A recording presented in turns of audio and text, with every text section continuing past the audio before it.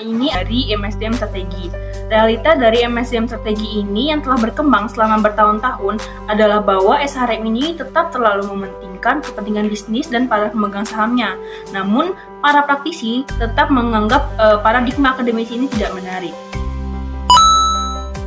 Selanjutnya ada The Reality of Society Human Resource Management. Dasar pemikiran Society Human Resource Management adalah keuntungan yang dirasakan dari adanya dasar yang disepakati dan dipahami untuk mengembangkan dan menerapkan pendekatan manajemen sumber daya manusia yang memperhitungkan rencana dan prioritas perusahaan serta perubahan konteks di mana organisasi tersebut beroperasi. Seperti yang dikatakan oleh Dyer Danaholder 1988, Society Human Resource Management harus menyediakan kerangka kerja pemersatu yang sekaligus luas, berbasis kontingensi, dan integratif. MSDM strategis adalah konsep yang memiliki kepentingan akademis tetapi kurang penting secara praktis. Hal ini hanya menjadi nyata ketika para ahli manajemen sumber daya manusia dan manajer lini bersama-sama mempraktikkan manajemen strategis dan bersama-sama mengembangkan serta mengimplementasikan strategi sumber daya manusia yang menangani kebutuhan dan masalah yang dihadapi organisasi mereka. Lalu selanjutnya adalah keterbatasan dari SHRM.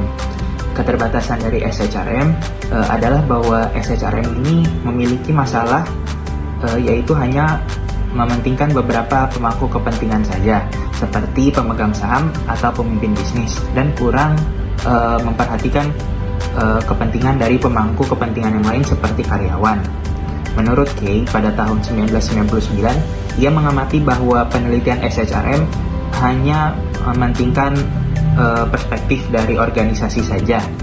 Hal ini menunjukkan bahwa SHRM dapat meningkatkan perusahaan, namun juga dapat merugikan karyawan jika karyawan tersebut hanya dipandang sebagai komoditas. SHRM harus didasarkan pada 3 asumsi. Yang pertama yaitu SHRM harus terintegrasi secara vertikal dengan strategi bisnis. Lalu yang kedua harus terintegrasi secara horizontal dengan satu sama lain. Lalu yang ketiga, SHRM harus mementingkan semua pemangku kepentingan di dalam organisasi. Kesimpulan dari materi strategi Human Resource Management, pendekatan manajemen sumber daya manusia yang bersifat strategis dapat membantu organisasi mengintegrasikan kebijakan SDM dengan tujuan bisnis untuk mencapai keunggulan yang kompetitif. Namun, terdapat keterbatasan dalam penerapannya, termasuk tantangan dalam mengukur dampaknya secara akurat dan adaptasi terhadap perubahan lingkungan bisnis yang dinamis. Dalam prakteknya, implementasi memerlukan keseimbangan yang tepat untuk mencapai keberhasilan jangka panjang. Materi selanjutnya, The Case for People Management. Pada wawancara studi kasus, tim IAS dikejutkan oleh tidak adanya istilah manajemen sumber daya manusia strategis dalam bahasa HR saat ini. Memang benar, meskipun fungsi tersebut umumnya menamakan dirinya HR dan seringkali ingin lebih strategis dalam orientasinya, fungsi tersebut cenderung tidak banyak bicara tentang human atau manusia. Istilah manajemen sumber daya manusia mulai mendapat perhatian karena lebih mudah dipahami dan dapat diterapkan baik secara strategis maupun praktis. Penggunaan istilah ini diharapkan mengarah pada pemahaman yang lebih luas tentang ketenagakerjaan dan manajemen tenaga kerja. Pentingnya membedakan antara manajemen sumber daya manusia dan strategi sumber daya manusia disoroti, karena ide strategi memberikan pandangan yang lebih komprehensif tentang pengelolaan sumber daya manusia di dalam organisasi. Baik, pada bab 6 kali ini kita akan membahas tentang the concept of management. Manajemen sumber daya manusia semakin banyak digunakan sebagai alternatif terhadap manajemen sumber daya manusia. Namun, kalimat ini bukanlah sinonim. Ini tidak boleh sekadar perubahan ke nama yang lebih dapat diterima. Filosofi manajemen sumber daya manusia diperlukan berdasarkan prinsip bahwa karyawan harus dianggap sebagai manusia dan bukan sebagai sumber daya yang dapat dieksploitasi. Bagaimana kutipan Klaus yang mengatakan, kita harus memperlakukan manusia semata-mata sebagai tujuan dan bukan sebagai sarana. Kesejahteraan karyawan itu sangat penting. Kesejahteraan berdampak besar pada kinerja perusahaan. Kinerja organisasi sebagai hasil dari peningkatan pengalaman karyawan dan tingkat keterlibatan motivasi dan kepuasan kerja yang lebih. Sistem manajemen sumber daya manusia yang berlaku setiap yang disebutkan di atas akan mencakup bidang yang sama dengan sistem Human Resource Management, namun akan menerapkannya secara berbeda-beda. Baik, untuk materi yang lebih lengkapnya akan dijelaskan pada bab berikutnya. Baik, selanjutnya yaitu definisi dari people management. People management dapat didefinisikan sebagai pendekatan yang mengakui keberagaman pihak yang terlibat dalam hubungan kerja. Pendekatan ini memahami perlunya memuaskan kepentingan pemilik bisnis, mengelola organisasi sektor publik atau sukarela, serta memperhitungkan tanggung jawab terhadap pemasok dan masyarakat umum. Nah, dalam esensinya, people management tidak hanya memperlakukan karyawan sebagai sumber daya atau faktor produksi yang dapat digunakan sesuai kehendak pemilik atau manajer. Sebaliknya, pendekatan ini bertujuan mencapai keseimbangan antara kebutuhan karyawan dan kepentingan pihak lain. People management juga berusaha menerapkan kebijakan ketenagakerjaan yang sah secara sosial, memberikan manfaat baik bagi karyawan maupun pihak pengelola. Selain itu, people management tidak hanya fokus pada tujuan bisnis strategis organisasi, tetapi juga peduli terhadap pengalaman karyawan. People management itu sendiri contohnya yaitu perusahaan yang memberikan kebijakan-kebijakan yang membantu kesejahteraan karyawan serta memenuhi kewajibannya terhadap pemegang saham lainnya dan juga tujuan bisnisnya. Contoh dari kebijakan-kebijakan itu sendiri yaitu program pengembangan karyawan, fleksibilitas kerja, serta kebijakan yang melibatkan karyawan dalam pengambilan keputusan, dan sebagainya. Baik, di sini saya akan menjelaskan tentang strategic people management. Strategic people management adalah manajemen sumber daya manusia strategis yang berkaitan dengan pengembangan atau pendekatan-pendekatan terhadap pengelolaan orang dalam suatu organisasi yang dapat memenuhi kepentingan dan kebutuhan semua pemangku kepentingannya. Yang pertama itu ada konsep atau filosofi. Pada HRM, Calvinisme adalah lebih berfokus pada nilai keteraturan, sedangkan menurut Darwin, Calvinisme adalah suatu kelangsungan hidup yang terkuat. Dalam MSDM, terdapat quakerism atau penekanan pada persekutuan non-otoriter. Yang kedua yaitu kepemilikan pemegang saham atau senior dan prioritas. Pada HRM yaitu lebih mementingkan manajemen didorong oleh karyawan yang dianggap sebagai faktor-faktor produksi. Sedangkan dalam MSDM yaitu lebih menekankan pada multi stakeholder dengan karyawan sebagai kunci fokus pada kesejahteraan karyawan. Selanjutnya yang ketiga yaitu adalah pendekatan. Dalam HRM yaitu terdapat sebuah kata-kata yaitu tren dan selera bulan ini. Istilah ini digunakan untuk menggambarkan sesuatu yang sedang populer atau diminati secara sementara tanpa keberlanjutan jangka panjang.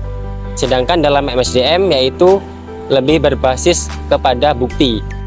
Selanjutnya yang keempat yaitu adalah perspektif kesatuan ketenagakerjaan. Dalam HRM yaitu lebih ke hubungan pekerjaan secara legal ataupun kontrak kepatuhan recognition fokus pada pengelolaan keragaman bersama. Sedangkan dalam MSDM yaitu perspektif pluralis kontrak psikologis atau kesukarelawanan kemitraan yang memiliki keuntungan bersama. Yang dalam hal ini lebih terfokuskan pada inklusi dan keberagaman semua suara karyawan. Baik, yang kelima yaitu adalah pekerjaan. Dalam HRM yaitu lebih ke intensifikasi kerja secara mekanistik, sedangkan dalam MSDM yaitu lebih ke dalam penekanan pada kualitas pekerjaan yang fleksibel. Terus yang selanjutnya yang keenam yaitu adalah pembelajaran dan pengembangan. Dalam HRM yaitu terdapat pelatihan sistematis organisasi atau pembelajaran melalui e-learning. Sedangkan dalam MSDM yaitu lebih ke dalam tempat kerja seperti pengalaman atau pembelajaran sosial dan pembelajaran organisasi melalui blended learning. Baik, yang ketiga adalah penekanan pada kinerja. Pada HRM yaitu lebih terfokus pada keuangan individu, sedangkan dalam MSDM yaitu pada Balanced Scorecard Collective. Baik, yang ke-8 adalah penghargaan dan insentif. Pada HRM yaitu penekanan finansial sangat berbeda sesuai dengan kinerja individu, sedangkan dalam MSDM yaitu total penghargaan dan pengakuan lebih banyak dibagikan secara luas atau secara bagi hasil. Yang ke-9 yaitu adalah kinerja manajemen. HRM yaitu hasil dan fokus pembayaran acara tahunan, sedangkan dalam MSDM kekuatan berdasarkan pada fokus pengembangan, dialog berkelanjutan dan umpan balik. Baik, yang selanjutnya adalah perbandingan antara HRM strategis dan manajemen sumber daya strategis. HRM strategis yaitu fokus pada kesesuaian strategis, vertikal, dan horizontal sebagai sarana untuk memajukan kepentingan bisnis pemiliknya atau pemegang saham. Sedangkan dalam MSDM strategis yaitu menyadari pentingnya kesesuaian strategis, tetapi penekanannya adalah pada pendekatan multi pemangku kepentingan, memajukan kepentingan rakyat yang bekerja dalam bisnis tersebut. Selanjutnya perbedaan yang kedua yaitu dalam HRM strategis itu melihat kinerja terutama dalam hasil keuangan, kecenderungan untuk menempatkan keuntungan untuk seseorang. Saya akan menjelaskan tentang perbedaan dari SDM strategis dan juga HRM strategis. MSDM strategis fokusnya adalah pada yang lebih realistis, pendekatan terhadap pengembangan dan implementasi strategi orang pekerjaan dari itu tersebut. Nah, kemudian ada HRM strategis, di mana HRM strategis merupakan fondasi yang paling penting teori adalah pandangan berbasis sumber daya. Nah, ini didukung oleh teori modal manusia. Nah, keduanya memperlakukan orang sebagai faktor produksi. Di mana hal ini berarti bahwa secara potensial mereka ada di sana untuk menjadi dieksploitasi. Nah, MSDM strategi sendiri merupakan fondasi yang paling penting. Teori adalah teori perilaku dan teori AMO, di mana teori AMO terdiri dari abilities, motivation, dan opportunities. Nah, ini merupakan kerangka kerja konseptual yang digunakan dalam sumber daya manusia untuk menjelaskan bagaimana kombinasi antara kemampuan individu atau abilities, motivasi atau motivation, dan peluang atau opportunities dapat mempengaruhi kinerja. Nah, yang pertama itu ada abilities atau kemampuan. Hal ini merujuk pada keterampilan, pengetahuan, dan keahlian teknis yang dimiliki oleh individu. Nah, kemudian kemampuan ini memainkan peran penting dalam menentukan sejauh mana individu itu dapat untuk menjalankan tugas-tugas mereka dengan efektif. Kemudian yang kedua ada motivations atau motivasi. Ini merujuk pada dorongan internal atau hasrat individu untuk mencapai tujuan atau kinerja yang tinggi. Nah, motivasi ini dapat berasal dari faktor intrinsik, di mana faktor intrinsik ini seperti dari kepuasan pekerjaan, rasa pencapaian, dan juga ada dipengaruhi juga dari faktor unsur ekstrinsik atau seperti pengakuan, insentif, dan juga finansial. Dan kemudian ada yang ketiga yaitu opportunities atau peluang. Hal ini merujuk pada kondisi atau konteks kerja yang memberikan individu peluang untuk menggunakan kemampuan dan motivasi mereka sendiri. Nah, peluang sendiri itu dapat mencakup faktor-faktor seperti dukungan dari organisasi, struktur kerja yang baik, dan lingkungan kerja yang kondusif tentunya. Dalam teori AMO, kinerja optimal dianggap terjadi ketika semua tiga elemen ini hadir dan sejalan. Dan sebuah organisasi yang memastikan individu memiliki kemampuan yang sesuai, motivasi yang tinggi, dan peluang untuk mengaplikasikan keterampilan dalam organisasi dan cenderung mencapai hasil kinerja yang lebih baik. Teori AMO sering digunakan untuk memahami dinamika sumber daya manusia dan membantu organisasi dalam merancang kebijakan-kebijakan yang tentunya mendukung dalam pengembangan karyawan, peningkatan kinerja di dalam organisasi secara keseluruhan tentunya. HRM strategis merupakan kinerja terlihat dari segi keuangan. Tujuannya adalah untuk meningkatkan pemegang saham nilai. Fokus konseptual pada hal-hal seperti itu sebagai pengingat kesesuaian strategis, mengalihkan perhatian dari kebutuhan untuk mengembangkan SDM strategi yang berhasil. MSDM strategis ini merupakan kinerja yang dapat dilihat dalam istilah yang lebih luas sebagai keberhasilan dalam memenuhi kebutuhan semua pemangku kepentingan seperti karyawan juga pemegang saham.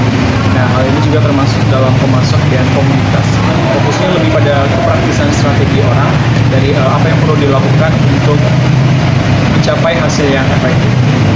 Dan juga diperlukan suatu strategi untuk mengimplementasikan dari kinerja para karyawan tersebut.